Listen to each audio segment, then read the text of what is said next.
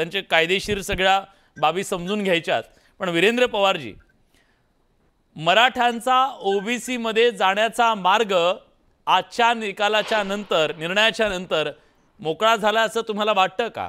कारण तशा प्रकारची मांडणी आता केली जाते, कारण दावा हा केला जात होता की हे बेकायदेशीर GR काढलेला आहे, त्याला कायदेशीर अधिष्ठान नाहीये. मग आज जो निर्णय न्यायालयाने दिला तो निर्णय काय दाखवतो?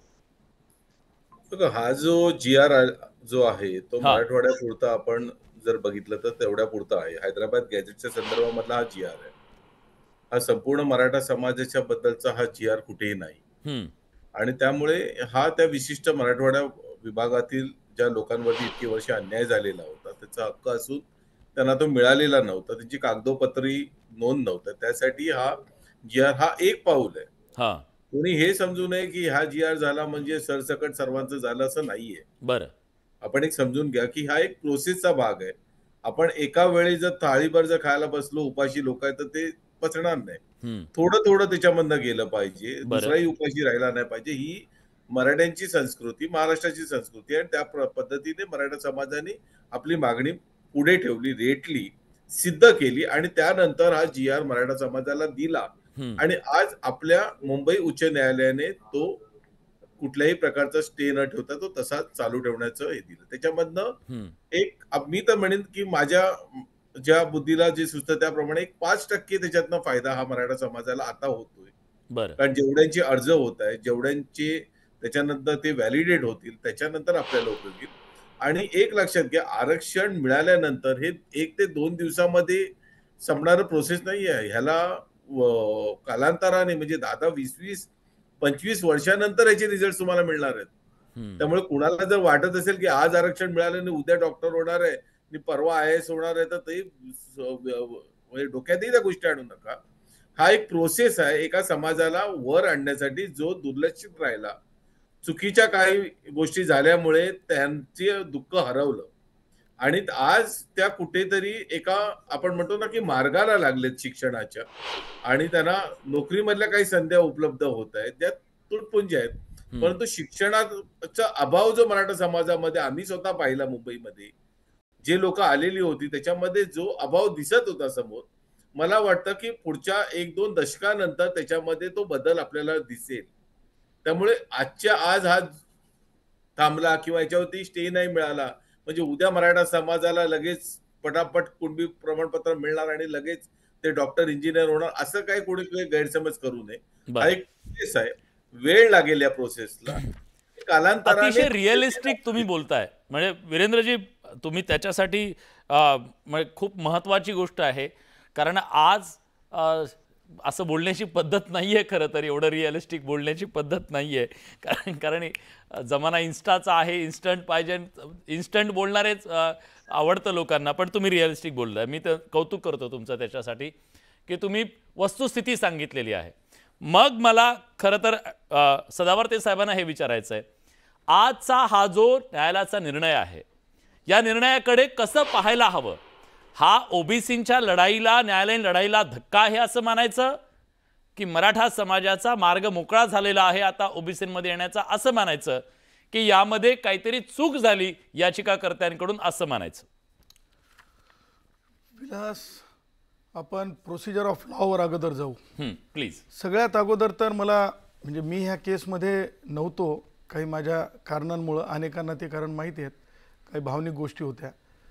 परंतु मुद्दा असा आहे की एकदा आरक्षणाच्या कायद्याच्या संबंधानं आणि आरक्षणाच्या कायद्याच्या संबंधानं जेव्हा रूल कॉन्टम्प्लेट होतो, त्या रूलच्या संदर्भानं मराठ्यांना 10% आरक्षण माझ्या मराठा भावांना दिलेलं आहे.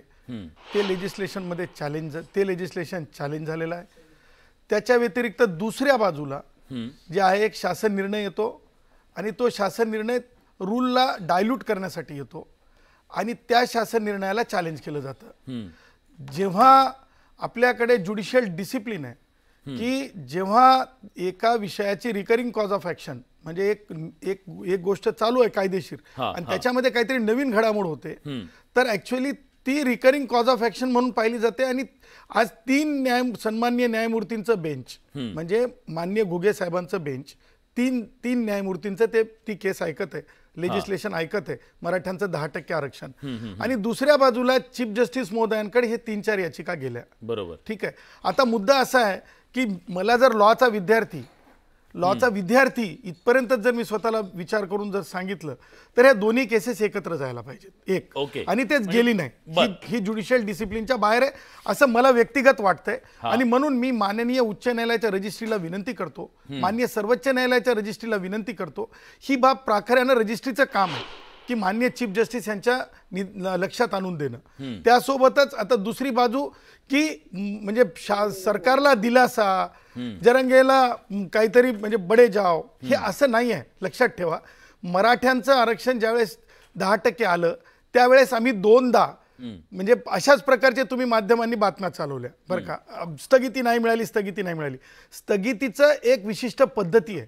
ती पद्धती कशी आहे, आम्ही ज्यावेळेस मुंबई विद्यापीठाची आणि लोकसेवा आयोगाची जाहिरात स्पष्टपणे माननीय तत्कालीन जे बेंच होतं माननीय नरेश पाटील साहेबांचं न्यायमूर्ती, त्यांना दाखवलं की हे पहा साहेब, हे एवढ्या जाहिरात झाली आहे, एवढ्या जागा यांना स्क्रुटिनाइज झाल्यात, फिल्टर्ड झाल्यात, आणि आता हे प्रिजुडिस आहे.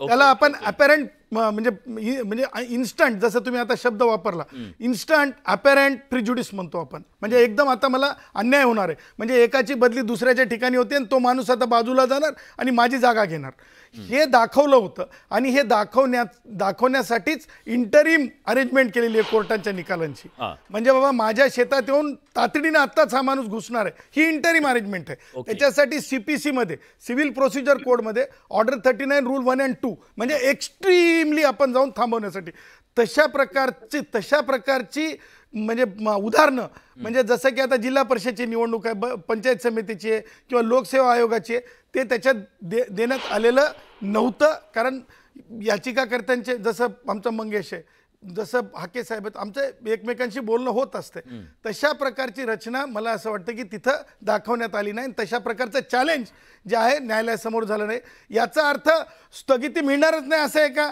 तर नाही. स्थगिती प्रत्येक म्हणजे उद्या सकाळी सुद्धा आपण जाऊन जर दाखवलं हे अपॅरंट प्रिजुडिस आहे साहेब, हे 2 केस एकत्र चालावंच लागतात.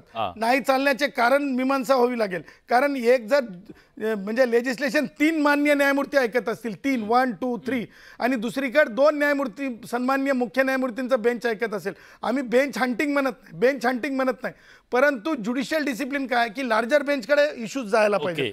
या सगळ्या ज्या कायदेशीर बाबी आहेत हे लक्षात घेता मला असं वाटतंय की ती वेळ येऊ द्यावा लागेल माननीय न्यायमूर्ती नरेश पाटलांसमोर सारखी, की आमच्या ओबीसींवर जे खरे मागास ओबीसी आहेत, जे आज लिस्टमध्ये आहेत, त्यांच्यावर मग तो आमचा जो म्हणजे गाव याच्यातला गडी आहे, त्याच्यावर अन्याय होतोय हे तुम्हाला एस्टॅब्लिश करावं लागेल.